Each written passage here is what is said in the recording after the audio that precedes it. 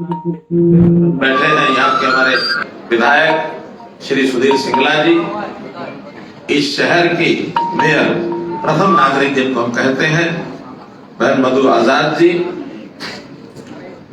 हमारा पूरा खेल विभाग, हमारे एडिशनल चीफ सेक्रेटरी खेल विभाग श्री महावीर सिंह जी, निदेशक खेल विभाग श्री पंकज नयन जी, डिविजनल कमिश्नर इस इलाके के श्री राजीव रंजन जी, मंडल आयुक्त हैं श्री संजय जून जी, और यहाँ की हमारी पुलिस कमिश्नर श्रीमती कला रामचंद्रन जी, उपायुक्त गुरुग्राम श्री निशांत यादव जी, और यहां मैं देख रहा हूं हर लेवल के खिलाड़ी, उनके परिवार के सदस्य वो भी यहाँ उपस्थित है। मैं सामने दीपा मलिक जी देख रहा हूं, और हमारे यशपाल सोलंकी जी जूडो के हमारे अर्जुन अवार्डी है। दीपा मलिक जी तो पद्मश्री, पद्म विभूषण, किस किस ख्याति की मालिका बनी है। तो इस नाते से खेल प्रेमी सज्जनों, भाइयों बहनों, आज का ये अवसर एक प्रकार का उस संदेश देने का ये अवसर है जो जिस अवसर की हम वर्षों से तैयारी कर रहे हैं। वास्तव में तो ये जो अवसर खेलो इंडिया हरियाणा को जिसका सौभाग्य मिला है उसको होस्ट करने का, ये बहुत पहले शुरू हो जाना चाहिए था, लेकिन जब जैसे जानते हैं कि कोविड का ये जो एक बहुत ही ऐसा एक दर्दनाक एक अवसर हमें देखने को मिला, पिछले 2 वर्षों से हम इसको झेल रहे हैं, भुगत रहे हैं, लेकिन मुकाबला भी कर रहे हैं। उस मुकाबले में, उस लड़ाई में हम जीते भी हैं, और जीत करके बाहर निकलने में भी हम सफल हुए हैं। ठीक है, अभी कुछ लोग कह रहे हैं कि ये चौथी लहर भी चल रही है, चल देंगे अब, लेकिन अब समय ने सिद्ध किया है कि चौथी लहर भी हमारा कुछ बिगाड़ेगी नहीं, कुछ नहीं बिगाड़ सकता।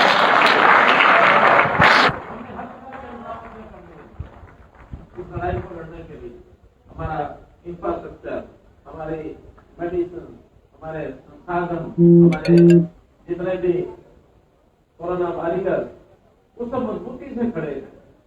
उस फेज से सब बाहर निकले हैं, और अंतोगतवा ये देश का जो चौथा खेलो इंडिया का कार्यक्रम है, इससे पहले 3 हुए हैं, तो इस चौथे खेलो इंडिया कार्यक्रम के लिए हम लोगों ने 7 मई को पंचकुला से इसका आगाज किया है।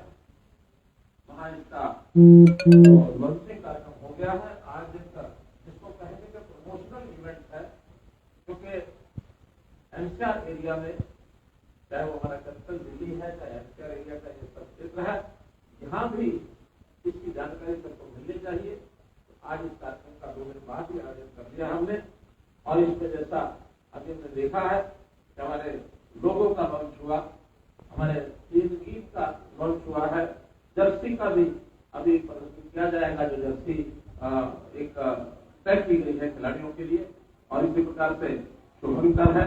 फिर हमने मास्केट, और ये जो सब देखे धाकड़, मास्केट, जितने भी मस्कट और धाकड़, एक मनोरंजन का भी वातावरण से बनता है पूरे उस परिसर में, इनका भी अपना एक योगदान होगा।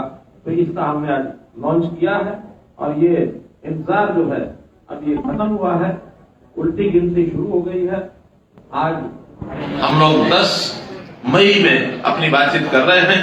आने वाले 4 दिन देखा जाए तो 25 दिन बाकी बचे हैं, और अगर इसको घंटों में बदलते हैं तो 600 घंटे बाकी बचे हैं। जब घंटों की गिनती, उल्टी गिनती शुरू होती है तो फिर जिम्मेदारियां भी बढ़ जाती है, खास करके आयोजकों की। जितनी बड़ी संख्या में आयोजक इस कार्यक्रम को करेंगे, क्योंकि बहुत बड़ा विशाल कार्यक्रम है, लगभग 8,500 खिलाड़ी और उनके साथ जो अन्य प्रबंधकर्ता और जो खेल को आने वाले हैं, देश भर से आने वाले हैं, उन सब 8,500 लोगों को 10 दिन तक उनको ठहराना है, उनकी आवासीय व्यवस्था, उनको खाने की व्यवस्था, उनके लिए ट्रांसपोर्ट व्यवस्था, सरकार का हर एक विभाग उसमें लगेगा। और उसमें न केवल सरकार के लोग बल्कि कुछ एनजीओ वो भी लगेंगी। कुछ संस्थाओं को हमने जो एक्सपर्ट हैं उनमें उनको उसका कॉन्ट्रैक्ट भी दिया है ताकि वो भी उसमें काम करेंगे, ताकि किसी भी व्यक्ति को बाहर से आने वाले को, देश भर के सब प्रांतों जब आएंगे तो हर प्रकार की आवश्यकता उनकी रहती है। अलग अलग खान पान भी रहता है, अलग अलग मौसम से सब लोग आते हैं, अलग अलग रहन सहन का तरीका होता है। तो इन सब बातों का ध्यान रखने के लिए और व्यवस्था में, प्रबंध में कोई कमी ना आ जाए, आप भगत हम लोग उनकी मेजबानी पूरी कर सके, ये सारा प्रबंध जो है ये किया जा रहा है।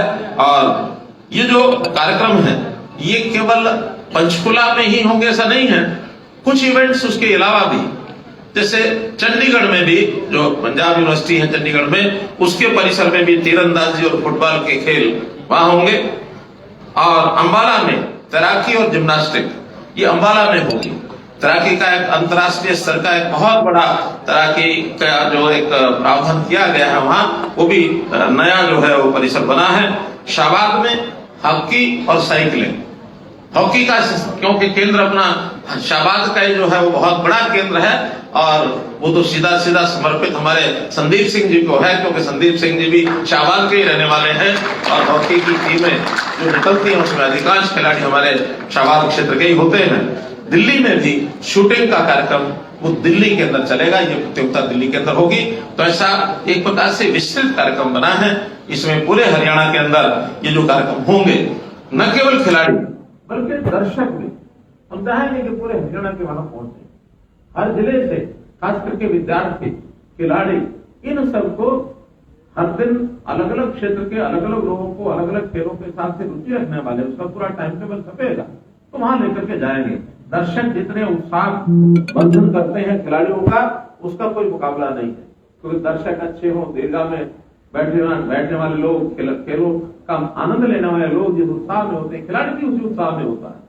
उत्साह तो करने वाले को जो देखता है उसके कारण से ज्यादा बढ़ता है।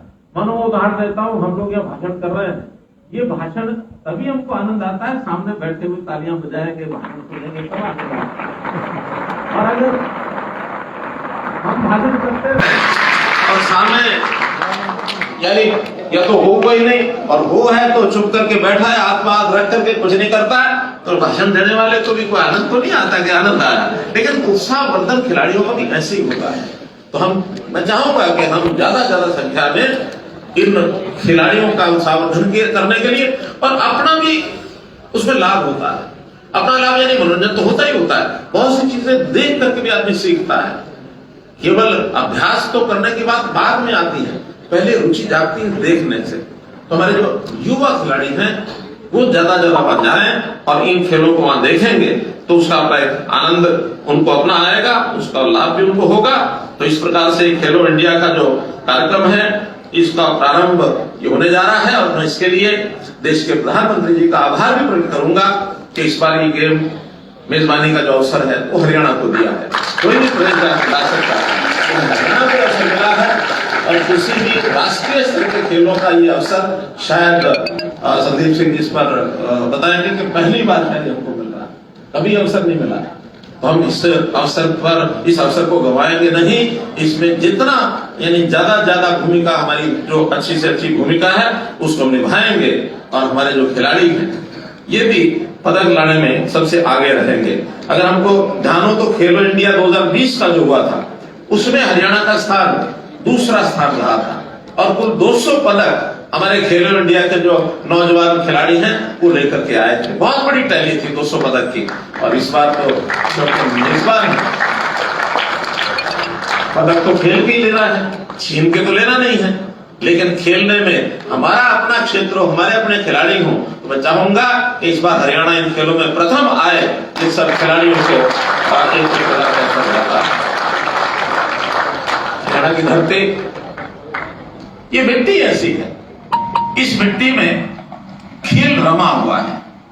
गांव के अंदर हम देखते हैं अखाड़े बने हुए हैं, खेल के छोटे छोटे मैदान हैं, मिट्टी के अंदर खेलने का, खेल खेल करके अपने शरीर को बलशाली करना, ये परंपरागत है यहाँ। और मैं तो ये कहा करता हूं कि जैसे हमारी मिट्टी कृषि भूमि है, हम कृषक प्रदेश है, तो कृषि प्रदेश होने के नाते से मिट्टी हमारी सोना उगलती है कृषि उपज के रूप में, वहां तो उपजता है सोना। लेकिन हमारा खिलाड़ी देश दुनिया में खेल करके सोना जीत के भी लाता है। सोना उड़ाना और सोना जीत के लाना ये हरियाणा की फितरत है। इसके अंदर हमने जैसे पदक तालिका आपने देखी है, तो उसमें टोक्यो ओलंपिक में इस बार 7 में से 3 पदक ये हरियाणा के थे।